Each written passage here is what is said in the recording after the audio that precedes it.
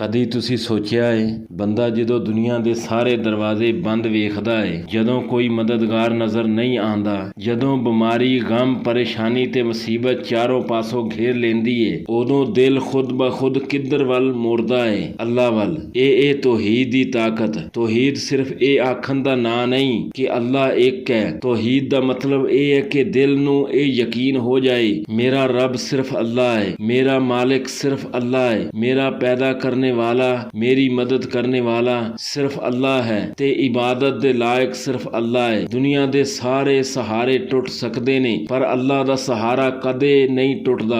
लोग तुहाडे नाल खड़े हो सकते ने पर ओ तुहाडे मुकद्दर नू नहीं बदल सकते। दवा इलाज कर सकती है पर शफा अल्लाह दी तरफों आंदी है। रिज़क दे वसीले बहुत ने पर रिज़क देन वाला सिर्फ अल्लाह है। इसलिए मोमन दा दिल वसीले नाल नहीं, वसीले दे रब नाल जुड़िया हुंदा है। जरा हजरत यूनुस अलैहिस्सलाम नू याद करो। समुद्रां दियां तारीकियां, मछली दे पेट दी तारीकी, रात दी तारीकी, तीन तारीकियां विच एक बंदा, ना कोई बंदा कोल, ना कोई लश्कर, ना कोई दुनियावी सहारा। पर यूनुस अलैहिस्सलाम ने आख्या ला इलाहा इल्ला अंता सुब्हानका इन्नी कुन्तु मिनज़ ज़ालिमीन। ऐ अल्लाह तेरे सिवा कोई माबूद नहीं, तू पाक है, बेशक मेरे कोलों ही गलती हुई है। ते अल्लाह पाक ने फरमाया असी उनकी दुआ कबूल कर लई ते ओनू गम तो नजात दे दित्ती। ते सिर्फ यूनुस अलैहिस्सलाम लई नहीं फरमाया ते इस तरह असी ईमान वालियां नू भी निजात देंदे हां। सो जे अज तुहाडे उत्ते कोई गम है, कोई परेशानी है, कोई ऐसी मुसीबत है जेड़ी तुहाडे नू अंदर तो तोड़ रही है ते लोकां दे दरवाजे खड़कावन तो पहला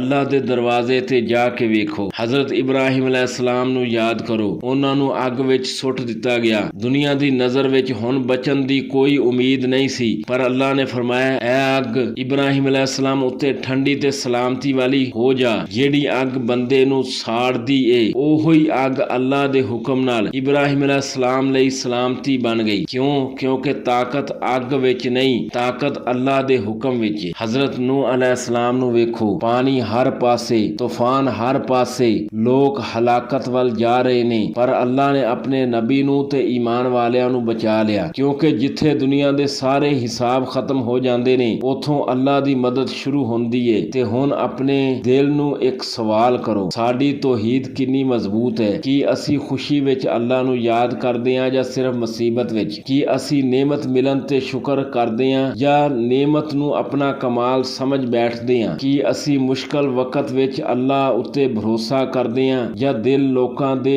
दरवाज़ियां ते ला बैठदे हां? याद रखो तौहीद बहुत पाकीज़ा चीज है। ये ओ सफेद कपड़े वांग है जिस उत्ते छोटा जिहा दाग भी साफ नजर आ जाता है। दिल विच एक छोटी जी रिया, एक छुपी हुई ख्वाहिश, लोकां दी तारीफ दी तलब, गैरुल्लाह उत्ते ऐसा भरोसा जेड़ा सिर्फ अल्लाह दा हक है। ये सारियां चीज़ां दिल दी सफाई नू मुतासर कर सकदियां ने। इसलिए दिल नू बार बार साफ करना पैना है, तौबा नाल, इस्तिगफार नाल, जिक्र नाल, कुरान नाल ते अल्लाह नाल सच्चा ताल्लुक जोड़ के। ते याद रखो अल्लाह ने साडे उत्ते तीन काम रखे ने। अल्लाह दा हुक्म आवे इताअत करो, अल्लाह दा फैसला आवे सबर करो, अल्लाह दी नेमत आवे शुक्र करो ते जदों अपनी कुताही याद आवे इस्तिगफार करो। क्योंकि बंदा चाहे किन्ना भी नेक बन जावे ओ बंदा है, भुल सकदा है, गलती कर सकदा है, कुताही कर सकदा है पर कामयाब ओ नहीं जेड़ा कदी गलती ना करे। कामयाब ओ है जेड़ा गलती दे बाद अपने रब वाल वापस मुड़ आवे। मेरे भाईओ दुनिया विच जेड़ा बंदा अल्लाह नू गवा बैठदा है वो सब कुछ हासिल करके भी खाली है ते जेड़ा बंदा अल्लाह नू पा लैंदा है वो बहुत कुछ गवा